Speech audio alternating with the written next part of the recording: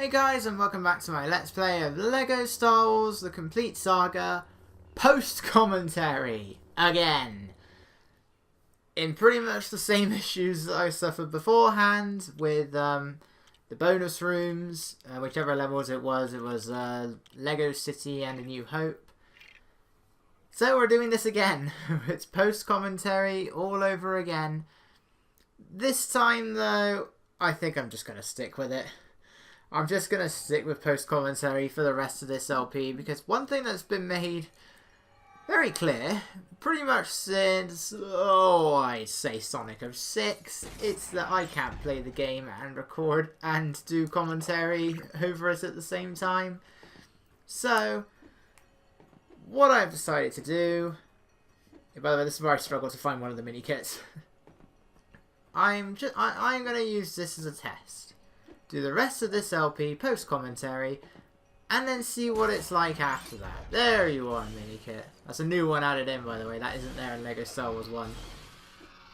This was my second try, as it is with almost every level, because I didn't notice that one in there the first time, because again, I practiced on LEGO Star Wars 1. I didn't realise that, I didn't know that change was there. Well, I didn't remember. I've played this game before. I know it seems hard to believe, but I have played the game before. So we're continuing with Attack of the Clones. This time we're in Droid Factory. We're doing 2 levels for both this video and the next. So this level will be Droid Factory and Jedi Battle. And this is where I don't know where I was going with that sentence, but anyway.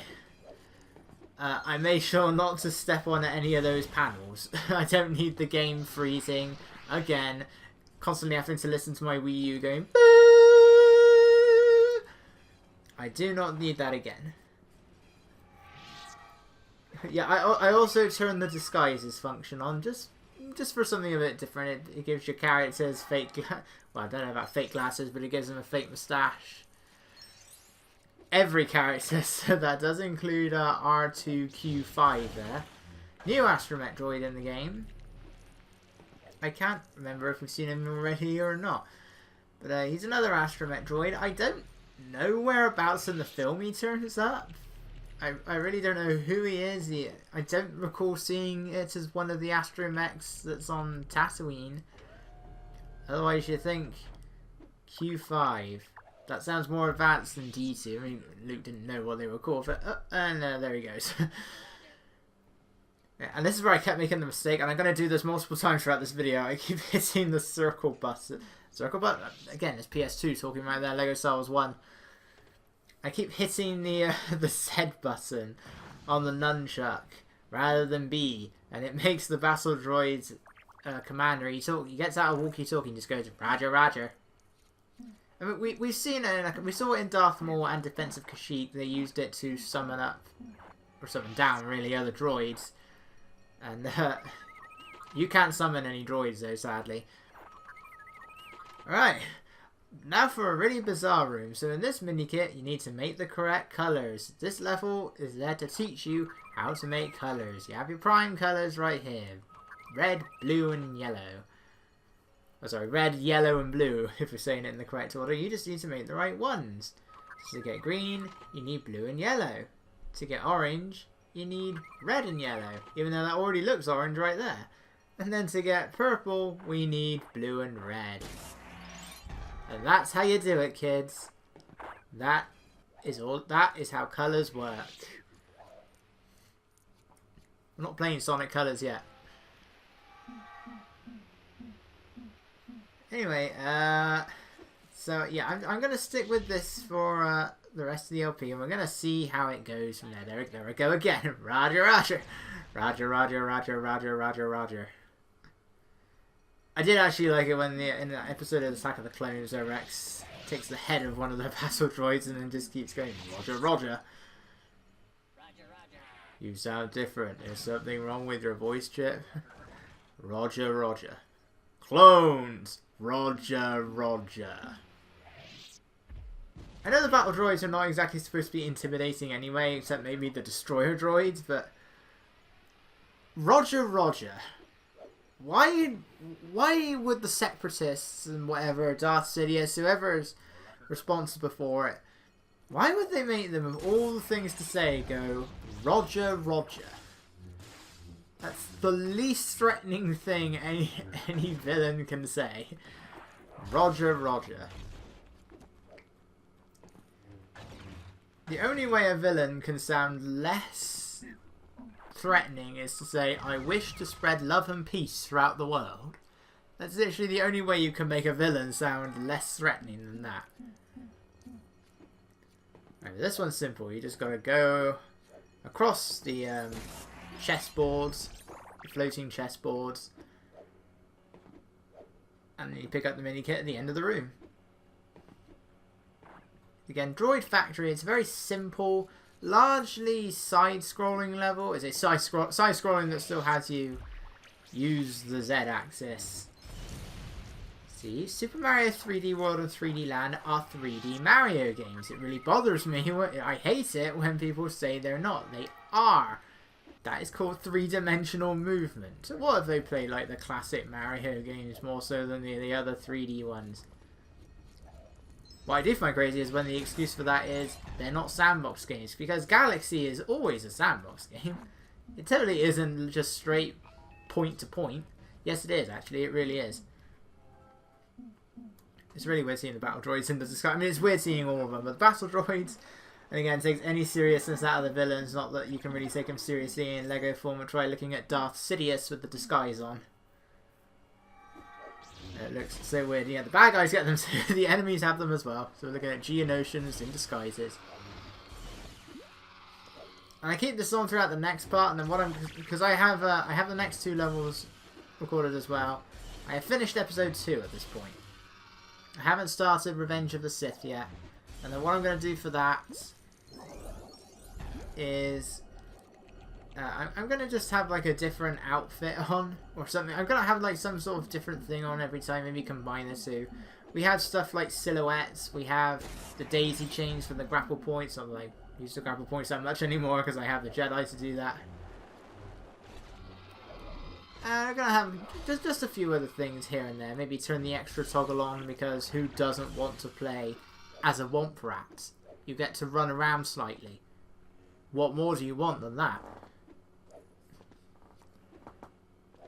Now, only that big one, as you can likely tell, is a doorway. And it leads to this maze-like structure. Also, I apologise if the sound of my chair just picks up in the microphone.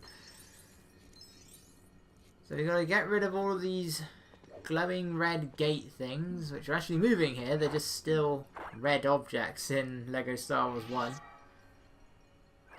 And you need an astromech droid to do all this. In LEGO Star Wars 1, you do get R2 in this level, so you can get this one in story mode. Obviously, I skipped it just for the sake of having an all mini kit run thing.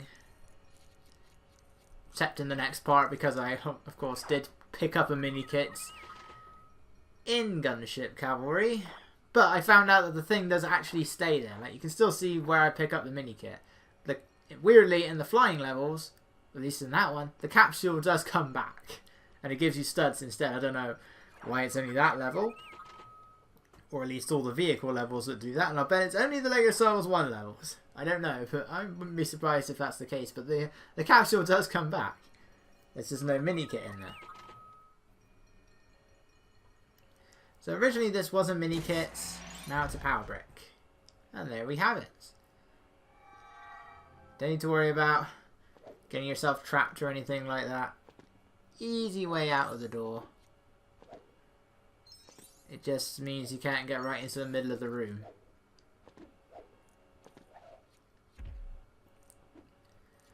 But yeah, again, I never found this level to be particularly interesting. I always just kind of thought, this level's very red. That's really all it's got going for it. This level is red. Red and brown. I never found Droid Factory to be a particularly exciting level. It's a lot more interesting in the film, because it's where the film actually starts to get kind of interesting after the chase sequence with Sam Wessel, whatever you pronounce her name as. Then it sort of just drops.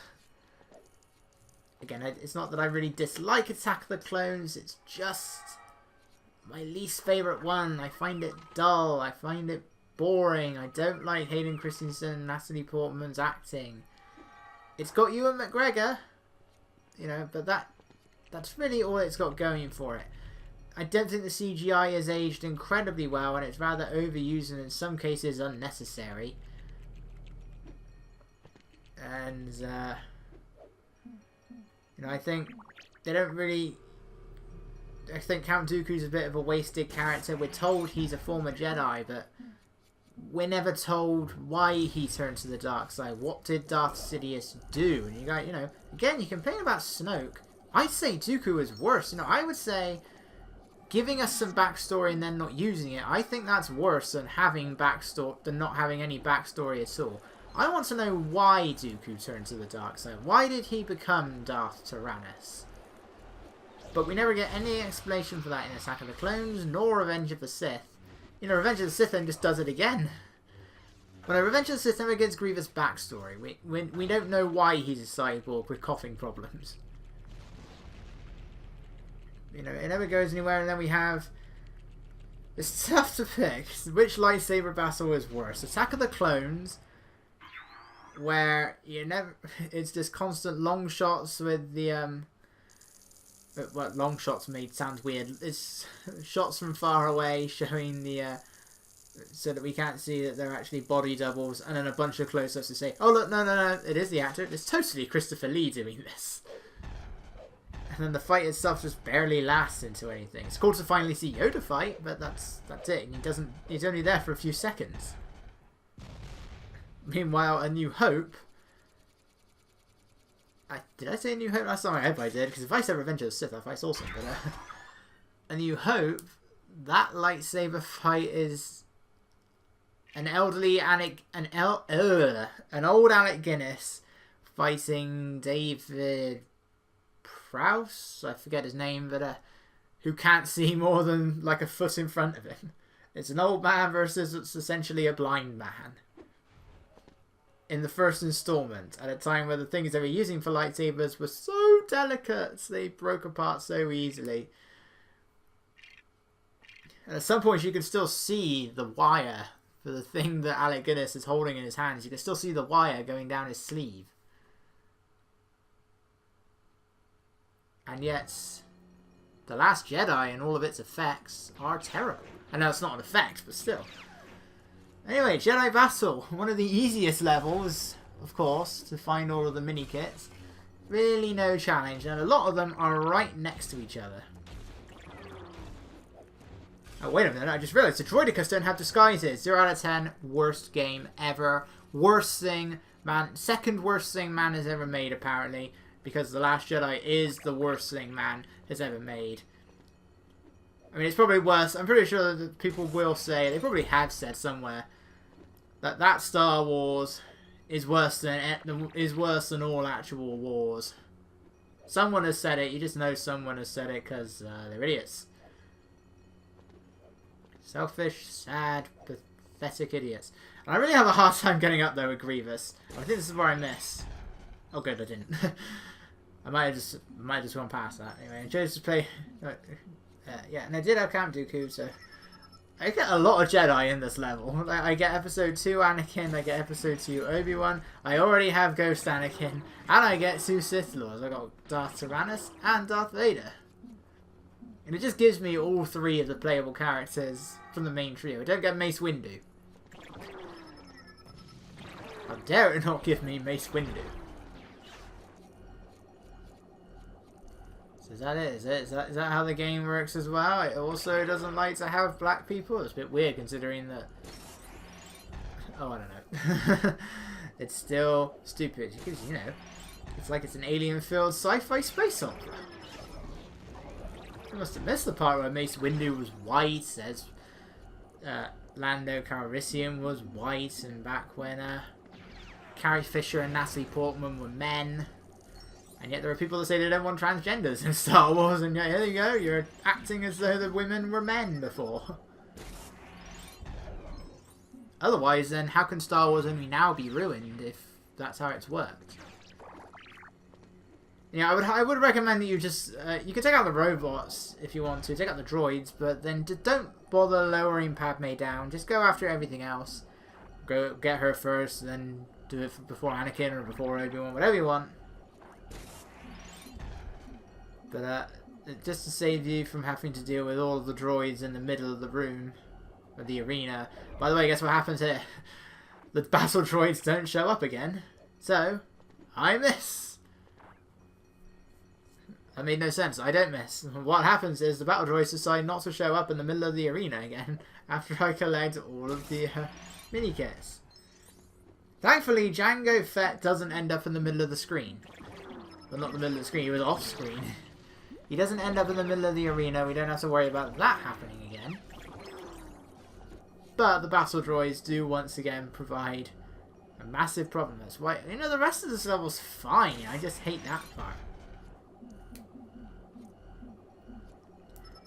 It's very rare that I say that I think that LEGO Star Wars 3 handled it better. But it actually did. I'm surprised I didn't just have Boba Fett fighting his father. Considering, yeah, it was the complete saga. I think I mentioned this before. One time I had Boba Fett and Jango Fett together, and weirdly, in the hub world, where the AI can be a bit messed up at times, I was in the hub world, and every time I switched to Jango, Boba Fett would just start shooting me. For no reason, he would try and shoot me, I would die, and then the moment he came back, he would come back again. I think he did that no matter what character I was playing. Well, no, I couldn't because it was the hub world. I could only be Jango, but he kept trying to shoot me, and I don't know why. It's unusual to do. I mean, if you attack them in the hub world, they'll go after you for like a few seconds. Yeah, I do keep pausing there just to make sure that I have counted it right, but 10 out of 10.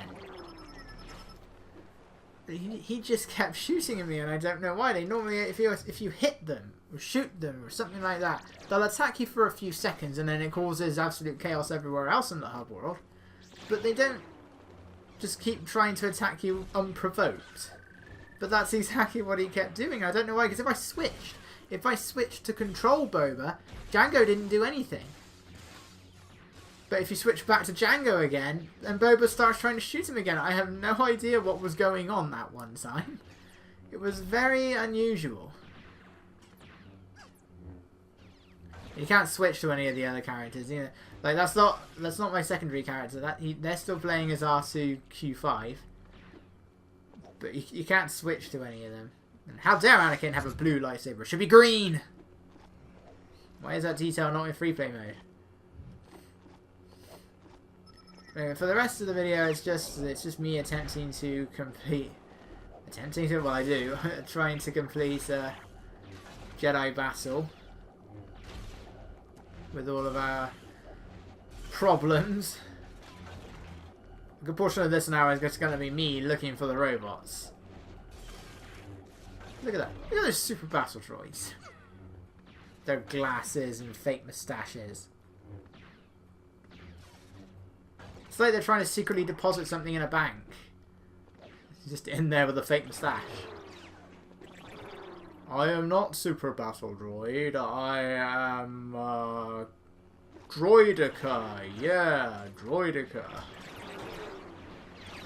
So I do like how these other Jedi that appear in the arena, they do look a lot more like your typical LEGO figurines. Like some of them are yellow, like the old LEGO figurines that I still think look a lot better than some of these other things we get.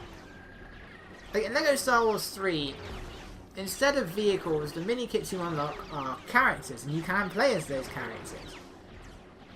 But it's weird seeing them in more detailed LEGO figures than they are before. Like Luke has more facial detail. He actually has long hair. Vader looks a bit chunkier, I'd say, but other than that, he's not really that much different. It's just weird seeing these characters as they do. It's like they've still got the look that they would have in the films, not the Clone Wars film. And you're so used to seeing the basic models like this, and actually seeing a more detailed look. It's just weird. See, I like this. Why can't they always just appear in groups like that? Well, there's two of them. Why can't they all be stood next to each other? Like, I go around in circles, nothing shows up, and then eventually one of them will, and I really do. I get dizzy watching. I get dizzy staring at the screen, trying to do this. It actually does make me dizzy, constantly going around the middle of the arena when I'm playing.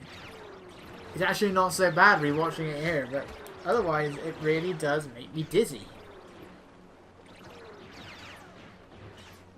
I don't know when I find it. I should hit the fast forward button.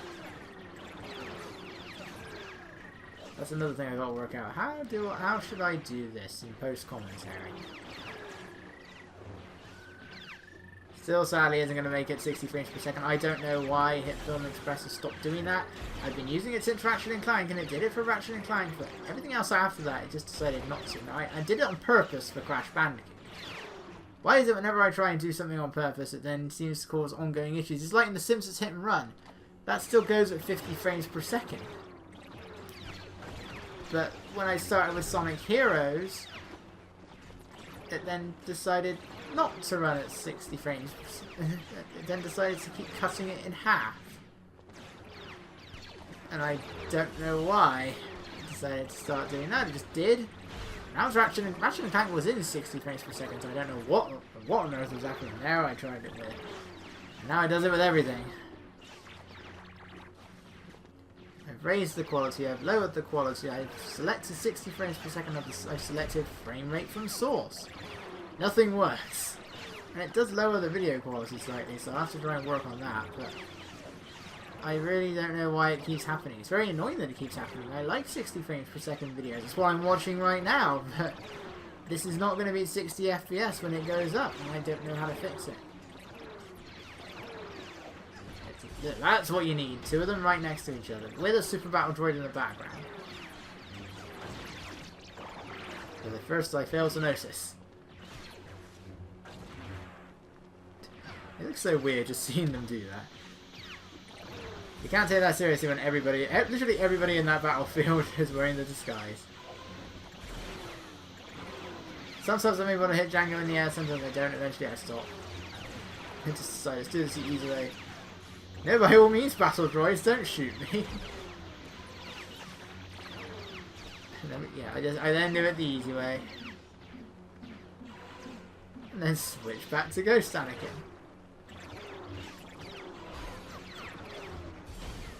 Because he can't see me, he's not going to attack me.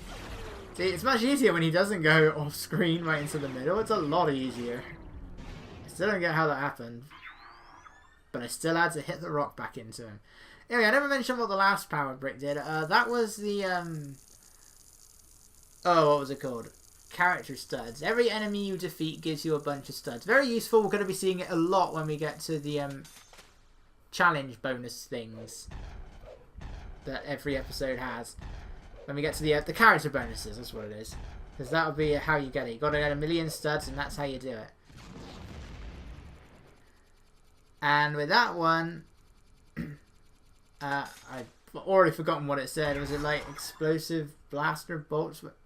I think it was perfect deflect, wasn't it? I don't know what that does, to be honest. I think it just means that you're guaranteed to hit something every time you deflect it. I'm not sure. That tends to happen anyway. But, yeah. Not all of them are useful. Not all of the new things that were added to the LEGO Star Wars 1 levels are useful, whereas others really are.